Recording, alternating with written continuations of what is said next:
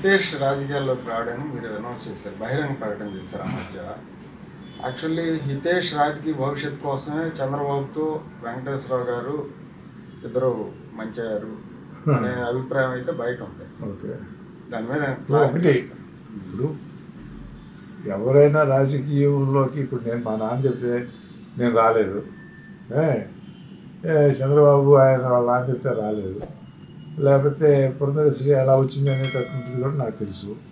So ఈ political ambition లేకపోతే political activity అనేటటువంటిది ఇండివిజువల్ మీద ఆధారపడి వస్తేనే అవి సక్సెస్ అవుతాయి అనేటటువంటిది నాకు ఉన్నటువంటి అవగాహన.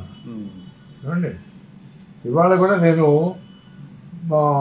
చెప్పడానికి మాత్రం చెప్తాను నేను ఏమని, ఇది అవసరం లేదు ఇవాళ నాకున్న అనుభవంతో ఈ వ్యవస్థలో ఉండాల్సిన అవసరం ఈ రకంగా మనం అంటే ఈ వ్యవస్థలో ఉండకూడదని నేను అనట్లేదు.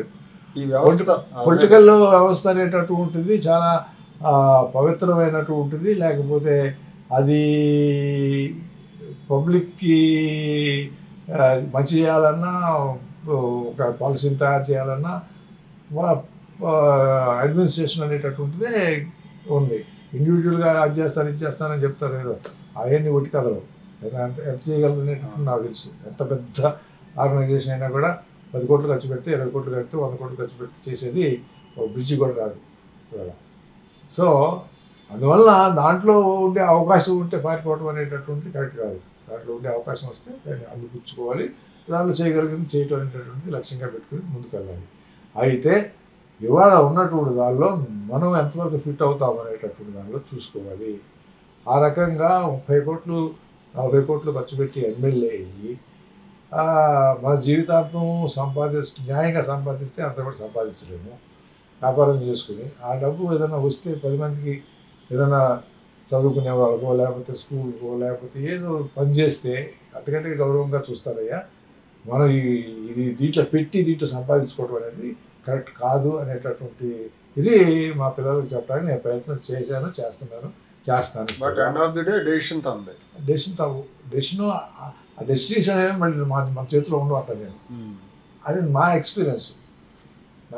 నేను అనుకున్నటువంటి నేను రావటం కానీ పురంధరేశ్వరి గారు రావటం కానీ రామారావు గారు మా కళ్ళ ముందు జరిగినటువంటి సంఘటనలు కానీ నేను పివి నరసింహారావు చూశాను, విపి సింగ్ గారిని చూశాను, దేవయ్య గౌడ గారిని చూశాను, వాజ్పేయి గారిని చూశాను, ఇందిరాగాంధీని చూశాను, రాజీవ్ గాంధీని చూశాను కళ్ళ ముందు, చంద్రశేఖర్ని చూశాను, గుజరాల్ని చూశాను. ఎంతకాలం ఉన్నాము, ఎంతకాలం వాళ్ళంతా అవుతారా అనుకున్నాము, అటువంటి వాళ్ళు అయ్యారు. సో ఈ అనుభవంతో నేను చెప్పడానికి ప్రయత్నం చేస్తాను. ఓకే, తర్వాత డెస్టినీ. ఇప్పుడు కూటమి పాలన అంతకుముందు జగన్ పాలన ఈ రెండింటి మీద మీ అభిప్రాయాలు చెప్తారా? అంటే ఇప్పుడు మళ్ళీ ఈ కూటమి అంటే కుటుంబంలో వచ్చేటప్పుడు నేను పురంధరేశ్వరి గారి ఎగరున్నాను కాబట్టి కుటుంబంలో ఉన్నాను కాబట్టి నేనేమి పార్టీ వ్యక్తిగా నేను చెప్పడానికి ప్రయత్నం చేయను. ఏదైనా ఇప్పుడు ప్రయత్నం అనేది ఇవాళ రాజకీయాలు ఎట్లాగైనాయి అంటే రాజకీయాలు డబ్బు తోటి ముడిపడినటువంటివి. ఈ డబ్బు రాజకీయాలతో ముడిపడినటువంటి వాటిల్లో ఘర్షణ జరుగుతూ ఉంటుంది. ఏది మనం న్యాయంగా పరిపాలన చేయటానికి అనేటటువంటి ఒక ప్రయత్నము, దానిలో నుంచే మళ్ళీ సైఫన్ చేయటం అనేటటువంటి ఒక అక్రమమైనటువంటి మార్గము, ఈ రెండింటికి సంధి లేకపోతే ఒక రకమైనటువంటి ఇది కుదరాలేనంటే చాలా కష్టమైనటువంటి వ్యవహారం.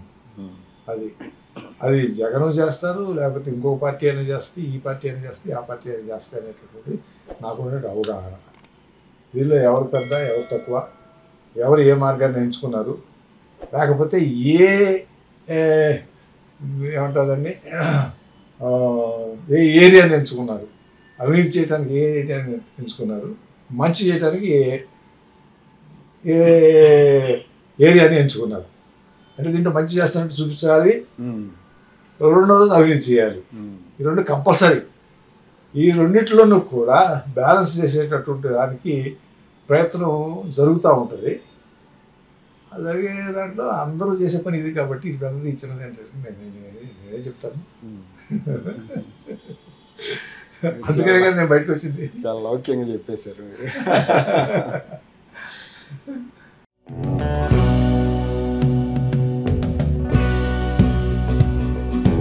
Like, share and subscribe to Rajaniti channel.